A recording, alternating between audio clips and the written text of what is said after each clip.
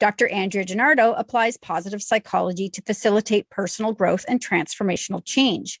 She joins me today to discuss emotional CPR, something we all need. Welcome to the show, Andrea. Thanks for having me.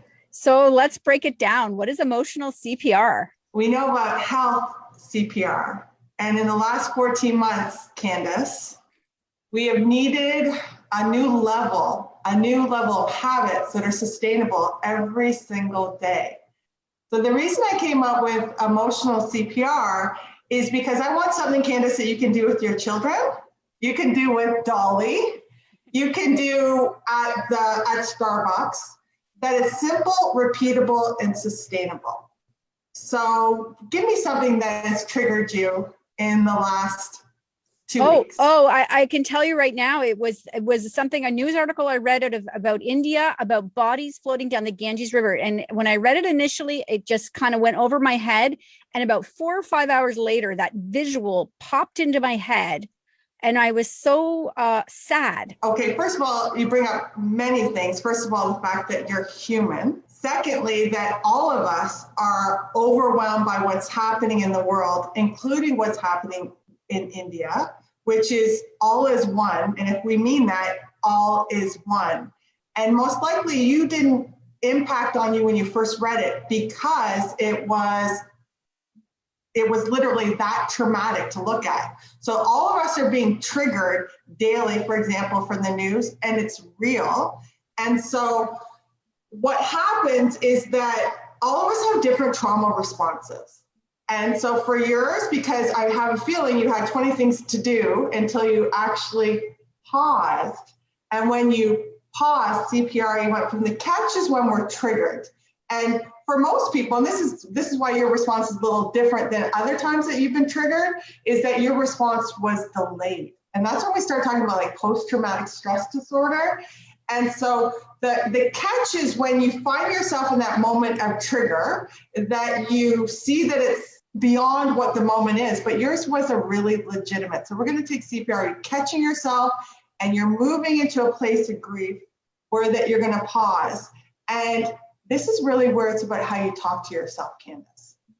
And this is where you brought up in the introduction that who are you to feel grief or really to feel bad about COVID when people are suffering in the way that they are in India. So it's a double impact that it had on you, but you cannot control how your body responds to something. So this is what's happening in that moment. It's an amygdala hijack. It's the alarm part of the general adaptation syndrome. And you can't compartmentalize it because you have no place for it to go. Before COVID, you would go on vacation and you would basically, all of this would be left. So you've gone from the catch, you're triggered, you're into the pause. And this is where I did a poll on Instagram and asked everybody how they're dealing with COVID fatigue. And one of the answers was what you did today is you go for a bike ride because you don't have control, direct control over what's happening in India. What you do is have control over what's happening in your moment. So that's where you go get the fresh air, you play with Dolly, you take a break. And then in the pause, Candace and all your listeners, this is where we start to look at what are we saying to ourselves? What is our self-talk when we're seeing something in the news? So whether it be about what's happening in India, whether it be that your neighbor is having to move out of their house because they can't afford the mortgage, that a best friend of yours lost a job. So what are you saying to yourself? Most likely you don't have the resources to help them. And what ends up happening is something called secondary trauma. So you're walking around with your own issues. Well, for me, it's just stepping back and being in the moment. That's all I can do is I just need to be in the moment. So whether it's grabbing a book or stepping outside or removing myself from the situation, that tends to help. And so, but I just find that it feels harder. And I'm sure most people will agree listening to this. It feels harder to do right now because a lot of our fallbacks are not available to us.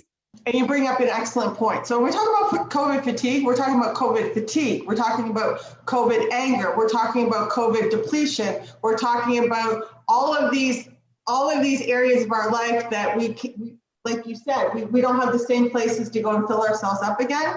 So even part of that repair is that knowing that I will assume, Candace, every single time I go on social media, every single time that I open a news article, that it's going to hit me in a really hard place, mental health wise, emotional health wise, because we care and we feel completely helpless. I want people to be able to connect with you, Andrea, because I absolutely love following along with you. So where can people find you?